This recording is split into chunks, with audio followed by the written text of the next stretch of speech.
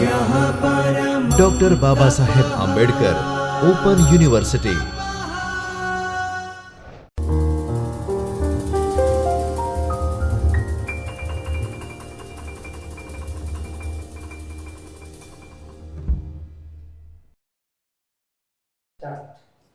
નમસ્કાર. Doctor Baba Saheb Ambedkar open યુનિવર્સિટીના ભાવનગર પ્રાદેશિક કેન્દ્ર ખાતેથી હું ડૉક્ટર દીપ્તિબા ગોહિલ આસિસ્ટન્ટ પ્રોફેસર આપ સૌનું હાર્દિક સ્વાગત કરું છું. વિદ્યાર્થી મિત્રો, આજે આપણે જાહેર વહીવટ વિષય અંતર્ગત FYBAમાં પેપર નંબર 2 સંચાલનના સિદ્ધાંતો મુખ્ય અને ગૌણ પેપર જે છે, જેનો કોડ છે PADM અને PADS 02, જેમાં બ્લોક 1 સંચાલનના સિદ્ધાંતો 1 અને તે અંતર્ગત એકમ 25 કેન્દ્રીકરણ અને વિકેન્દ્રીકરણ વિશે ચર્ચા કરીશું. આજના મારા આ વિડીયો લેક્ચરની સમગ્ર રૂપરેખા આ પ્રકારે રહેશે. આજના મારા આ વિડીયો લેક્ચરનો મુખ્ય ઉદ્દેશ્ય એ છે કે તમે કેન્દ્રીકરણ અને વિકેન્દ્રીકરણના ખ્યાલ સમજી શકશો અને તેના ગુણદોષોની પણ સમજૂતી પ્રાપ્ત કરી શકશો. કેન્દ્રીકરણ અને વિકેન્દ્રીકરણ એ સંગઠનના ખૂબ મહત્ત્વના ખ્યાલ છે. નિર્ણય લેનાર સત્તાનું વિભાજન કે પ્રતિનિધાન વિવિધ કક્ષાએ કેવી રીતે થાય છે તેની સમજ આ ખ્યાલો દ્વારા આપવામાં આવે છે. આ વિડીયો લેક્ચરમાં આપણે કેન્દ્રીકરણ અને વિકેન્દ્રીકરણના ખ્યાલનો અર્થ, મહત્ત્વ અને તેમને અસર કરતા પરિબળોની ચર્ચા કરીશું. કેન્દ્રીકરણનો અર્થ થાય છે સંગઠનમાં ઔપચારિક સત્તાને ટોચની કક્ષાએ કેન્દ્રિત કરવી. આ પ્રવૃત્તિનું લક્ષ્ય છે કેન્દ્રીકૃત કાર્ય. સત્તાની વહેંચણી અને પ્રતિનિધાનથી આ વલણ ઉલટું છે. નીતિ નિર્ધારણ અને નિર્ણયની પ્રક્રિયા પર તેનો મહત્ત્વનો પ્રભાવ છે. કોઈ પણ કેન્દ્રીકૃત સંગઠનમાં સંચાલન અને વહીવટના આ બે ક્ષેત્રો ઉચ્ચતમ અધિકારીઓના અધિકાર ક્ષેત્રમાં આવે છે. સંગઠનમાં શ્રેણી સ્તૂપની નીચલી કક્ષાઓ ઉપરની કક્ષાઓ તરફ સંચાલન, સલાહ, સ્પષ્ટતા અને અર્થઘટન માટે નજર નાખે છે.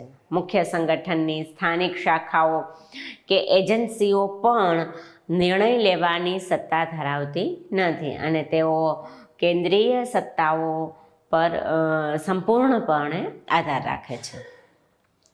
ક્ષેત્રીય કે સ્થાનિક એકમો પાસે એવી અપેક્ષા રાખવામાં આવે છે કે કેન્દ્રીય પ્રબંધકો તરીકે કામ કરનાર મુખ્યાલય દ્વારા આપવામાં આવેલ પૂર્વ નિર્ધારિત નિર્દેશોનો તેઓ અમલ કરે.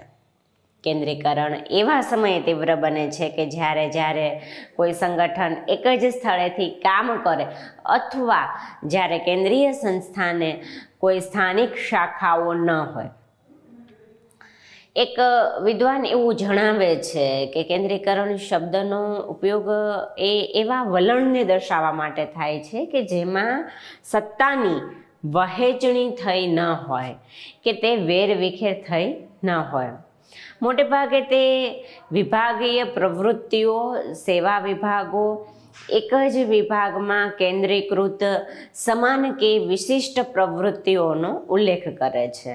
પરંતુ સંચાલનના એક ભાગ તરીકે કેન્દ્રીકરણનો ઉલ્લેખ કરવામાં આવે ત્યારે તેનો અર્થ થાય છે સત્તા સોંપનાર કે રોકનાર, સત્તાને નિર્ણય કરવાની, સત્તાની વહેંચવી કે તેને કેન્દ્રિત કરવી. અને આથી કેન્દ્રીકરણને ભૌતિક સુવિધાઓનો કે નિર્ણય લેનારી શક્તિનું કેન્દ્રીકરણ, બીજા શબ્દોમાં કહીએ તો પ્રતિનિધાનનો સીમિત તથા મર્યાદિત ઉપયોગ એટલે કેન્દ્રીકરણ. હેનરી ફેયોલ કેન્દ્રીકરણ અને વિકેન્દ્રીકરણની વાત કરતા જણાવે છે કે એવી દરેક વસ્તુ જે કર્મચારી કે તાબેદારનું મહત્ત્વ વધારે છે તેને કેન્દ્રીકરણ તરીકે ઓળખવામાં આવે છે. જે દરેક વસ્તુ તેનું મહત્ત્વ ઘટાડે તેને આપણે કેન્દ્રીકરણ તરીકે ઓળખાવી શકીએ. વિકેન્દ્રીકરણનો અર્થ સૌ પ્રથમ આપણે સમજીએ. વિકેન્દ્રીકરણના ખ્યાલને વિવિધ વ્યક્તિઓ અને જૂથો દ્વારા અલગ અલગ રીતે સમજાવવામાં આવેલ છે. લુઈ એ એલને તેને વ્યાવસાયિક સંચાલનની કલા અને વિજ્ઞાનની સૌથી વધુ ગૂંચવાયેલી અને ગૂંચવનારી ટેકનિક તરીકે ઓળખાવી છે. જો કેવી સરસ વ્યાખ્યા આપી છે એણે. એવી જ રીતે બીજા એક વિદ્વાન એવું જણાવે છે કે કેટલીક બાબતોમાં વિકેન્દ્રીકરણને સંચાલનનું ધર્મવાક્ય ગણવામાં આવે છે. સૌપ્રથમ તો તેને જીવન જીવવાની એક પદ્ધતિ તરીકે ગણવામાં આવે છે કે જેને આંશિક રીતે એક શ્રદ્ધાના આધારે સ્વીકારવામાં આવે છે. બીજું, તે એક આદર્શવાદી ખ્યાલ છે કે જેનો નૈતિક સ્ત્રોત એ લોકશાહીમાં રહેલા છે. ત્રીજું, શરૂઆતમાં તે જીવન જીવવાની એક મુશ્કેલ પદ્ધતિ છે, કારણ તેમાં વર્તનમાં એવું પરિવર્તન સમાયેલું છે કે જે માનવ સંસ્કૃતિની ભાતોથી ઉલટું છે. અને આથી જ વિકેન્દ્રીકરણના નવા સાહિત્યમાં સંગઠનમાં વર્તનનું પરિવર્તન કેવી રીતે લાવવું તે ચર્ચાયું છે. લોકોને પ્રતિનિધાન કરવું મુશ્કેલ લાગે છે કે લાંબા ગાળાના આયોજનનો ખ્યાલ કરવાનું મુશ્કેલ લાગે છે. હુકમો આપવા કરતાં માનવા મુશ્કેલ લાગે છે.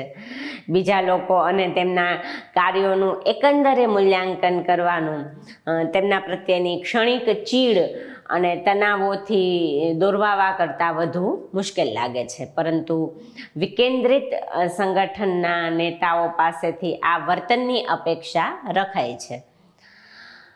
આ પૂરતું સ્પષ્ટ છે કે વિકેન્દ્રીકરણ એ માત્ર પ્રતિનિધાનનો કે વહીવટી સત્તાને વહેંચવાનું સાધન નથી, પરંતુ રાજનૈતિક સત્તાના હસ્તાંતરણનો લોકતાંત્રિક માર્ગ છે. વળી વિકેન્દ્રિત સંગઠનમાં લોકશાહી ધોરણો અપનાવવા જરૂરી બને છે અને આવા ધોરણો વહીવટી સંગઠનની વિવિધ કક્ષાઓની ક્ષમતા વિકસાવવામાં મદદ કરે છે, જેનાથી ખૂબ જ ઈચ્છિત નિર્ણયો લેવામાં તેમની મદદ થઈ શકે. આના સિવાય સંગઠનની વિવિધ કક્ષાઓ વચ્ચે આંતરક્રિયા આત્મસાત કરવામાં અને સંગઠન અને જનસમાજ વચ્ચે ઉચિત સંપર્ક સ્થાપવામાં મદદ કરે છે. એવો મત વ્યક્ત કરવામાં આવ્યો છે કે વિકેન્દ્રીકરણને ભૌતિક સુવિધાઓના સ્થાન સાથે સંગઠનમાં અધિકારોના વિભાજનમાં વહેંચણી સાથે સંબંધ છે. અને આથી તેને એક એવી વ્યવસ્થા તરીકે ઓળખાવી શકાય કે જેમાં હુકમો કરવાની છેવટની સત્તા અને પરિણામો માટેની છેવટની જવાબદારી દેશના વિવિધ ભાગોમાં આવેલા એકમોમાં મૂકવામાં આવેલી છે. એવી એક દલીલ કરવામાં આવી છે કે અસરકારક અને કાર્યક્ષમ કામગીરી માટે કર્મચારીઓ કે પેટા વિભાગોને કાર્યો અને જવાબદારીઓની સોંપણીમાં વિકેન્દ્રીકરણનું હાર્દ સમાયેલું છે.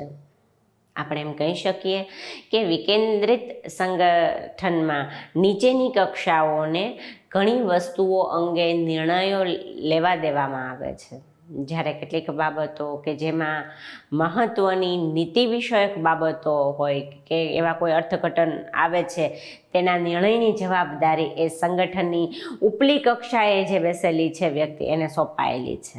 પરંતુ સામાન્ય પરિભાષામાં વિકેન્દ્રીકરણ શબ્દનો ઉપયોગ વિભાજન, હસ્તાંતરણ અને પ્રતિનિધાનને બદલે પણ થતો હોય છે. જોકે આ શબ્દના અર્થ અલગ અલગ થાય છે. હસ્તાંતરણ શબ્દના રાજકીય અને કાનૂની સૂચિતાર્થો છે, જ્યારે વિભાજન અને પ્રતિનિધાન શબ્દને વહીવટી સત્તા સાથે નિસ્બત છે. વિકેન્દ્રીકરણમાં રાજકીય, કાનૂની અને વહીવટી એમ બધા અધિકાર ક્ષેત્રોનો સમાવેશ થાય છે. વિદ્યાર્થી મિત્રો, હવે આપણે વાત કરીએ વિકેન્દ્રીકરણના પ્રકારો વિશે. વિકેન્દ્રીકરણના મુખ્ય 4 પ્રકારો છે. નંબર 1 વહીવટી, નંબર 2 કાર્યાત્મક, નંબર 3 રાજકીય અને નંબર 4 ભૌગોલિક. વહીવટી વિકેન્દ્રીકરણના સંગઠનના વહીવટી શ્રેણી સ્તૂપની નીચલી કક્ષાની સત્તા હસ્તાંતરિત કરવામાં આવે છે. એનો અર્થ એવો પણ હોઈ શકે કે સત્તા કે કાર્યોને પેટા વિભાગોને સોંપવામાં આવે છે. કાર્યાત્મક વિકેન્દ્રીકરણમાં એ અભિપ્રેત છે કે કાર્યોને શિક્ષણ કે આરોગ્ય જેવા વિશિષ્ટ એકમો કે વિભાગોને સોંપવામાં આવે છે. રાજકીય વિકેન્દ્રીકરણનો અર્થ એ થાય છે કે સામાન્ય રીતે જે રાજકીય કાર્યો અને સત્તાઓ જે સામાન્ય રીતે ઉપલી કક્ષાના રાજકીય અંગોમાં રહેલી છે તેનું વિકેન્દ્રિત કરીને સામાન્ય રીતે ઉપલી કક્ષાના રાજકીય અંગોમાં એ રહે છે અને તેનું વિકેન્દ્રીકરણને નીચલી કક્ષાના રાજકીય અંગોને સોંપવું. આપ સૌ એ જાણતા જ હશો કે પંચાયતી રાજની જે સંસ્થાઓ છે એ વિકેન્દ્રીકરણના ઉત્તમ એકમો છે, જેમાં નિર્ણય કરવાની રાજકીય સત્તાઓ રાજ્ય સરકારો પાસેથી પંચાયતો, સમિતિઓ અને જિલ્લા પરિષદોને સોંપવામાં આવે છે. છેવટે ભૌગોલિક વિકેન્દ્રીકરણમાં કે જેમાં મુખ્ય ગંધર્કના કાર્યો અને સત્તાનું વિકેન્દ્રીકરણ કરીને ક્ષેત્રીય એકમોને સોંપવામાં આવે છે, જેથી કામ અસરકારક રીતે કરી શકાય. ઉદાહરણ તરીકે રાજ્ય સરકારના વિભાગોના વડાઓની મોટા ભાગની સત્તાઓનું વિકેન્દ્રીકરણ કરીને પ્રાદેશિક અને જિલ્લા કક્ષાના ક્ષેત્રીય એકમોને સોંપવામાં આવે છે અને આથી સ્થાનિક જરૂરિયાતોને લક્ષ્યમાં રાખીને ઝડપી નિર્ણયો લેવાનું શક્ય બને છે. વિદ્યાર્થી મિત્રો, હવે આપણે વાત કરીએ કેન્દ્રીકરણ અને વિકેન્દ્રીકરણને અસર કરનારા પરિબળો વિશે. કેન્દ્રીકરણ અને વિકેન્દ્રીકરણ એ સત્તાના ઉપયોગના બે અંતિમ છેડાઓ છે અને સાપેક્ષ શબ્દો છે. આપણે સંપૂર્ણ કેન્દ્રીકૃત કે સંપૂર્ણ વિકેન્દ્રિત ની કલ્પના કરી શકતા નથી. આ બંને પ્રયોગોની વચ્ચે હંમેશા સત્તાની નિરંતરતા રહેતી હોય છે. આ બંનેને એકબીજાના પૂરક ગણવા જોઈએ, કારણ કે આ બંનેનો યોગ્ય સુમેળ સ્થિરતા, જવાબદારી, કાર્યક્ષમતા, અસરકારકતામાં તે પરિણમે છે. લોકશાહી માળખામાં તેના ઉપયોગનો આધાર એ સંસ્થાના હેતુઓ, સંસ્થાની વય, સંસ્થાનું કદ, સંસ્થા દ્વારા અપાતી સેવાના પ્રકાર વગેરે પર રહેલો છે. એવું કહી શકાય કે પોતાનું અસ્તિત્વ ટકાવી રાખવા માટે સંસ્થાએ કેટલાક કાર્યો કરવા જ પડે છે કે જે તેના સ્વરૂપ અને અસરની દ્રષ્ટિએ મૂળભૂત રીતે કેન્દ્રીકૃત પ્રકારના હોય છે. આ ઉપરાંત આ કાર્યો સત્તાના કેન્દ્રીય બિંદુ પરથી થઈ શકે છે. આવા બે મહત્વના કાર્યો છે. એક તો છે મૂળભૂત સંચાલકીય કાર્યો જેવા કે આયોજન, વ્યવસ્થા, પ્રેરણા, સંકલનની બાબતમાં ઉપક્રમ અને નિર્ણય, કર્મચારીઓ અને ક્ષેત્રીય એકમોના કાર્યો ઉપર અંકુશ. આમ ઉપરની કક્ષાઓ કે શ્રેણીઓ ઉપક્રમ અને નિર્ણયના કાર્યો કરીને સાચી સત્તાને સંગઠનના કેન્દ્રીય બિંદુઓ માટે અનામત રાખે છે. બીજી બાજુએ બીજા અન્ય એક વિદ્વાને કેટલીક પરિસ્થિતિમાં વિકેન્દ્રીકરણની માત્રા વધારે હોય છે તેમ કહ્યું છે. જેમ કે સંચાલનના શ્રેણી સ્તૂપની નીચલી કક્ષાએ લેવાતા નિર્ણયોની સંખ્યા જેમ વધારે તેમ વિકેન્દ્રીકરણની માત્રા વધારે. સંચાલનની નીચલી કક્ષાએ જેમ વધારે મહત્વના નિર્ણયો લેવાય તેમ વિકેન્દ્રીકરણની માત્રા વધારે. ઉદાહરણ તરીકે જ્યારે ક્ષેત્રીય એકમના વડાને નાણાકીય રોકાણો કે ખર્ચ મંજૂર કરવાની સત્તા આપવામાં આવે અને તે પણ કોઈને પૂછ્યા વિના. વિકેન્દ્રિત સત્તાના માળખામાં સંગઠનના મોટા ભાગના કાર્યોને અસર કરતા નિર્ણયો નીચલી કક્ષાએ વધારે લેવાય છે અને આથી જ જે સંગઠનોમાં, જે શાખાઓમાં એકમોની માત્ર કાર્યાત્મક નિર્ણયો લેવાની છૂટ આપવામાં આવતી હોય છે તે બીજા એવા એકમો જે શાખાના એ ભાગોને નાણાકીય કે કાર્મિક નિર્ણયો લેવાની છૂટ આપે તેમની તુલનામાં ઓછા કેન્દ્રિત છે. જ્યારે નિર્ણય ઉપર નિયંત્રણની આવશ્યકતા ઓછી હોય, જ્યારે કોઈ પણ અંકુશ ન હોય, ત્યારે વિકેન્દ્રીકરણ વધુ થાય છે. જ્યારે વરિષ્ઠ અધિકારીઓને નિર્ણય લીધા પછી જણાવવું પડે ત્યારે ઓછું હોય છે. જો નિર્ણય લેતા પહેલા વરિષ્ઠ અધિકારીને પૂછવું પડે તો વિકેન્દ્રીકરણ તેના કરતાં પણ ઓછું હોય છે. જો ઓછા લોકોની સલાહ લેવી પડે, જેમની સલાહ લેવી પડે તે સંગઠનના શ્રેણી સ્તૂપની નીચલી કક્ષાએ હોય, તો એનો અર્થ એમ કે વિકેન્દ્રીકરણની માત્રા વધુ છે. આમ એ સ્પષ્ટ છે કે આ બે ખ્યાલોના ઉપયોગ પર અસર કરનારા પરિબળો એક નથી પરંતુ અનેક છે.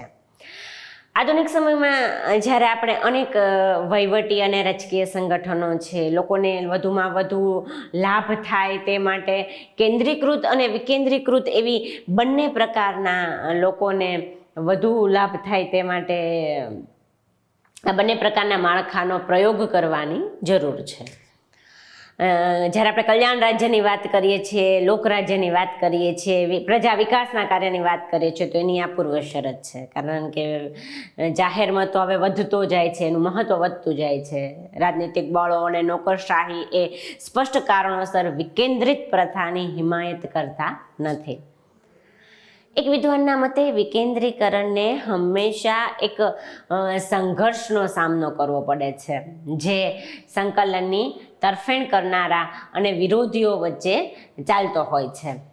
જીવન જીવવાની એક એવી રીતની જરૂર છે કે જેમાં સંકલનની પ્રક્રિયા ઓછામાં ઓછા નિયંત્રણો મૂકનારી હોય અને જેમાં વ્યક્તિ પોતાના વ્યક્તિગત ધ્યેયોને સિદ્ધ કરવા વધુમાં વધુ પ્રમાણમાં પ્રયત્ન કરી શકે અને છતાં સાથે સાથે તે પોતાનાથી ભિન્ન મત રાખનાર બીજી વ્યક્તિમાં, બીજી સંસ્થાની સાથે પણ સામૂહિક લક્ષ્યો પ્રાપ્ત કરવા કાર્ય કરી શકે.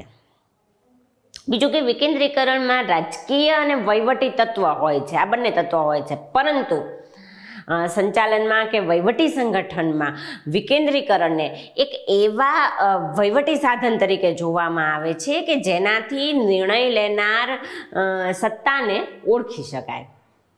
હવે આનાથી ઉલટું કેન્દ્રીકરણને ઉચ્ચ સંચાલનના સત્તા કેન્દ્રિત કરવાના પ્રથા તરીકે ગણી શકાય. એટલે આ બે બાબતો બહુ અગત્યની છે. વિદ્યાર્થી મિત્રો, આ જ સંદર્ભમાં જ્યારે આપણે આગળ વાત કરીએ, વધારીએ, ત્યારે આપણે સમજૂતી મળીએ કેન્દ્રીકરણ અને વિકેન્દ્રીકરણના ગુણદોષ વિશે. કારણ કે બંને એક સિક્કાની બે બાજુ સમાન છે. નીતિ વિષયક નિર્ણયો કરવામાં અને નીતિઓ અને કાર્યક્રમોના અમલમાં કેન્દ્રીકરણના સિદ્ધાંત પર આધારિત સંગઠનો કેન્દ્રીય દિશા નિર્દેશ પૂરો પાડે છે. લુઈ એ એલનના શબ્દોમાં જો કહીએ તો આવા સંગઠનથી ગતિશીલતા આવે છે, કારણ કે તેમાં સક્રિય વ્યક્તિગત નેતૃત્વનો લાભ મળે છે. સાથે જ કાર્યની એકરૂપતા લાવવામાં, સંગઠનાત્મક કાર્યને પૂર્ણ કરવા માટે એકત્રિત પ્રસ્તાવ લાવવામાં મદદ કરે છે. આ ઉપરાંત આ ખ્યાલ કટોકટીમાં સરળતાથી ઉપયોગી થાય છે અને અનઅપેક્ષિત બાબતોને નિવારવામાં પણ સહાયક બને છે. સૌપ્રથમ આપણે વાત કરીએ કેન્દ્રીકરણના ગુણો વિશે. કેન્દ્રીકૃત સંગઠનમાં એકરૂપ નીતિઓ અને વ્યવહાર વિકસાવવાનું કામ સરળ બને છે. આ ઉપરાંત તેનાથી નિર્દિષ્ટ પદ્ધતિ અનુસાર કાર્ય થઈ શકે છે અને વિવિધ એકમો અને કક્ષાઓ વચ્ચે વધુ સારું સંકલન થઈ શકે છે. આ પ્રથાની ટોચની કારોબારીની પ્રતિષ્ઠા અને પ્રભાવમાં વધારો થાય છે. સત્તા ઉચ્ચ કક્ષાએ કેન્દ્રિત થઈ હોવાને કારણે વાસ્તવમાં સત્તાનો ઉપયોગ કરનાર મહત્વની વ્યક્તિઓને ઓળખવાનું સરળ બને છે. તેનાથી એવા નેતાઓ અને કારોબારીના સભ્યોની અપેક્ષાઓ પૂરી કરવા માટે અનુકૂળ વાતાવરણ સર્જવામાં મદદ થાય છે, જે પ્રતિષ્ઠાની સાથે વાસ્તવિક સંગઠનાત્મક કાર્યોમાં જોડાવાનું પસંદ કરે છે. જો કેન્દ્રીકરણની પ્રક્રિયા મજબૂત બને તો વહીવટી સંગઠનમાં પુનરાવર્તનને, રિપીટેશનને ટાળી શકાય. વિદ્યાર્થી મિત્રો, કોઈ પણ કેન્દ્રીકૃત સંગઠનમાં કર્મચારીઓ અને સાધનોના પુનઃ ઉપયોગથી એક સામૂહિક વ્યક્તિત્વ વિકસાવી શકાય છે. આપણે એમ કહી શકીએ કે કેન્દ્રીકરણના ગુણો મર્યાદિત છે અને મોટે ભાગે તે નાના નાના સંગઠનોમાં પ્રાપ્ત થઈ શકે છે, પરંતુ જ્યાં મોટા સંગઠનો છે ત્યાં અસરકારક નીતિ નિર્માણ અને તેના અમલમાં કેન્દ્રીકરણ અવરોધરૂપ બને છે, એવો પણ એક દાવો કરવામાં આવે છે. તો હવે આપણે વાત કરીએ કેન્દ્રીકરણના દોષો વિશે. કેન્દ્રીકૃત સંગઠન દ્વિતીય કક્ષાની કારોબારીનો વિકાસ નથી થવા દેતું, કારણ કે બધી જ નીચેની શ્રેણીઓ કે કક્ષાઓ ઉચ્ચ કારોબારીના હુકમો અને ઉદ્દેશો પર આધાર રાખે છે. સંકટકાળની પરિસ્થિતિમાં ધારેલા પરિણામો લાવવા માટે નિર્ણયો તાત્કાલિક લેવા પડે છે. કેન્દ્રીકૃત સંગઠનમાં જો એકમ કક્ષાએ કટોકટી ઊભી થાય તો એકમો દ્વારા તેનો ઉકેલ મુશ્કેલ બને છે, કારણ કે એકમો નિર્ણય કરવાની સત્તા ધરાવતા નથી. બીજું, સંગઠનનો વિસ્તાર કરવામાં કે તેનું વૈવિધ્યવાળું બનાવવામાં કેન્દ્રીકરણનો ખ્યાલ આડો આવે છે. કેન્દ્રીકૃત કારોબારી સંગઠનની સ્થાનિક જરૂરિયાતોને સાચા પરિપ્રેક્ષ્યમાં સમજી શકે નહીં. સત્તાના પ્રતિનિધાનના ખ્યાલનો અહીં ઓછામાં ઓછો ઉપયોગ થાય છે, કારણ કે કેન્દ્રીકૃત સંગઠનમાં સાચી સત્તા સંગઠનની ટોચની કક્ષાએ હોય છે. અને આથી જ દરેક અગત્યની બાબતના નિર્ણય અંગે ઉચ્ચ કારોબારીનો સંપર્ક સાધવો પડે છે, અને આથી આવા સંગઠનમાં નિર્ણય લેવાની બધી જ સત્તા થોડીક જ વ્યક્તિઓના હાથમાં કેન્દ્રિત થાય છે, અને મોટા ભાગના કર્મચારીઓ ઉપરથી આવતા હુકમોનો અમલ કરવાનું કામ કરતા હોય છે. ખૂબ જ ઓછા અને મહત્ત્વની બાબતમાં નિર્ણય લેવા માટે પણ કર્મચારીઓએ વરિષ્ઠ અધિકારી ઉપર આશરો લેવો પડે છે, એની પર ડિપેન્ડ રહેવું પડે છે, એમને પૂછ્યા વગર આગળ વધી શકતા નથી. તેનાથી ઘણીવાર સંગઠનને હાનિ પણ પહોંચી શકે છે અને બિનજરૂરી કાર્યમાં ડિલે થાય છે, એ સંભાવના પણ રહેલી છે. આ તો વાત કરી કેન્દ્રીકરણના ગુણ દોષ વિશે. વિદ્યાર્થી મિત્રો, હવે વાત કરીએ વિકેન્દ્રીકરણના ગુણ દોષ વિશે. કેટલાક વિદ્વાનોનું એવું પણ મંતવ્ય છે કે વિકેન્દ્રિત સંગઠનમાં સંચાલનના શ્રેણી સ્તૂપના નીચલી કક્ષા ઠીક પ્રમાણમાં નિર્ણયો લેવાની સત્તા ધરાવે છે, અને આ કક્ષાઓએ લેવાતા નિર્ણયોની સંખ્યા પણ ઉચ્ચ કક્ષાએ લેવાતા નિર્ણયોની સંખ્યા કરતાં સારા એવા પ્રમાણમાં મોટી છે. હવે આપણે વાત કરીએ વિકેન્દ્રીકરણના ગુણ વિશે. વિકેન્દ્રિત સંગઠન એ સ્થાનિક વિસ્તાર અને સ્થાનિક લોકોની જરૂરિયાતો અને માનવ પ્રત્યે વધુ ધ્યાન આપે છે. તે સાચા પ્રશ્નોને સમજીને તેનું મૂલ્યાંકન કરી શકે છે અને તેમના ઉકેલ માટે અસરકારક નિર્ણયો લઈ શકે છે. બ્રિટનમાં સ્થાનિક સરકારની સંસ્થાઓ સ્થાનિક પ્રશ્નોને હલ કરવા માટે સારા એવા પ્રમાણમાં સત્તા ધરાવે છે. ભારતના સંદર્ભમાં જોઈએ તો સ્થાનિક સરકારની સંસ્થાઓને સ્થાનિક કક્ષાએ નિર્ણય લેવા માટે અમુક મર્યાદિત સત્તાઓ જ આપવામાં આવી છે. વિકેન્દ્રિત સંગઠનનું એક જરૂરી પાસું છે સત્તાનું પ્રતિનિધાન. ઉચ્ચ સ્તરીય સંગઠન નિમ્ન સ્તરીય સંગઠનની સાથે સત્તાની વહેંચણી કરે છે. આ પ્રક્રિયામાં ઉપલી કક્ષાઓ મહત્વની બાબતોને નિપટાવે છે, કે જ્યારે નીચલી કક્ષાઓને ઓછી મહત્વની બાબતો નિપટાવવા માટે મુક્ત રાખે છે, અને આથી સંચાલનની ઉપલી કક્ષા પર બિનજરૂરી બોજો આવી પડતો નથી.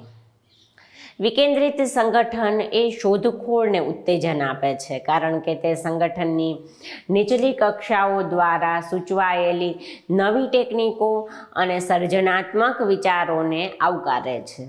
વળી આ પ્રથા એ સંગઠનમાં કામ કરતા સામાન્ય વહીવટકર્તાઓ અને વિશિષ્ટ વહીવટકર્તાઓ આ બંનેના ગુણો શોધીને અપનાવે છે અને આથી કર્મચારીમાં આંતરક્રિયાનું જે પ્રમાણ છે એ વધે છે. વળી વિકેન્દ્રિત પ્રથા છે એ સંગઠનના વિસ્તારને ઉત્તેજન આપે છે અને ધ્યેયોની અસરકારકતા માટે, તેની સિદ્ધિ માટે જરૂરી વિવિધતાને માટે એક માર્ગ છે એ મોકળો કરે છે.